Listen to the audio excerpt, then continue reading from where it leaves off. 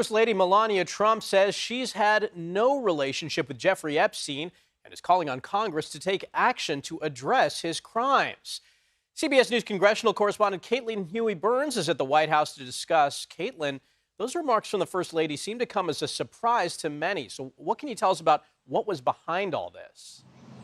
That's exactly right. They were so surprising, Michael, because she rarely speaks publicly and in such personal terms. And while the First Lady may have been trying to put to rest any lingering questions out there, she only ignited some new ones. I never been friends with Epstein.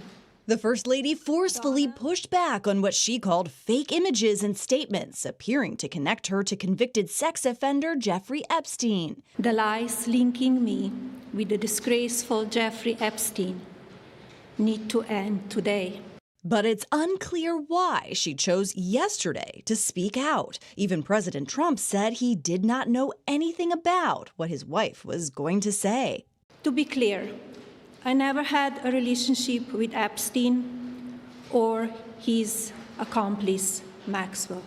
But the First Lady did confirm she corresponded with his co-conspirator Ghislaine Maxwell. In an email released by the Justice Department in January as part of the Epstein files, she asked, "How was Palm Beach? I cannot wait to go down. Give me a call when you're back in New York." My email reply to Maxwell cannot be categorized as anything more than casual correspondence.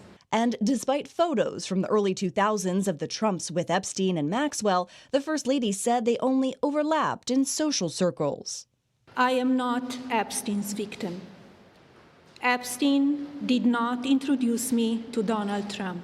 The president's former Attorney General Pam Bondi is refusing to appear next week to testify on Capitol Hill about the Epstein investigation. In February, Bondi refused to face Epstein survivors at a hearing. Now, the First Lady says they should have a chance to tell their story to Congress. Give these victims their opportunity to testify under oath in front of Congress with the power of sworn testimony.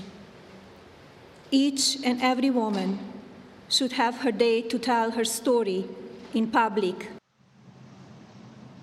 Now, the First Lady's office would not say whether this was in response to a particular upcoming report or a piece of evidence or something new. Instead, they only pointed us to a statement from her senior advisor saying, quote, "Enough is enough. The lies must stop." Michael. All right, Caitlin Huey-Burns at the White House. Thank you. And more than a dozen Epstein survivors released a statement after the First Lady's comments. It reads in part, quote, "Survivors of Jeffrey Epstein have already shown extraordinary courage by coming forward, filing reports, and giving testimony. Asking more of them now is a deflection of responsibility, not justice."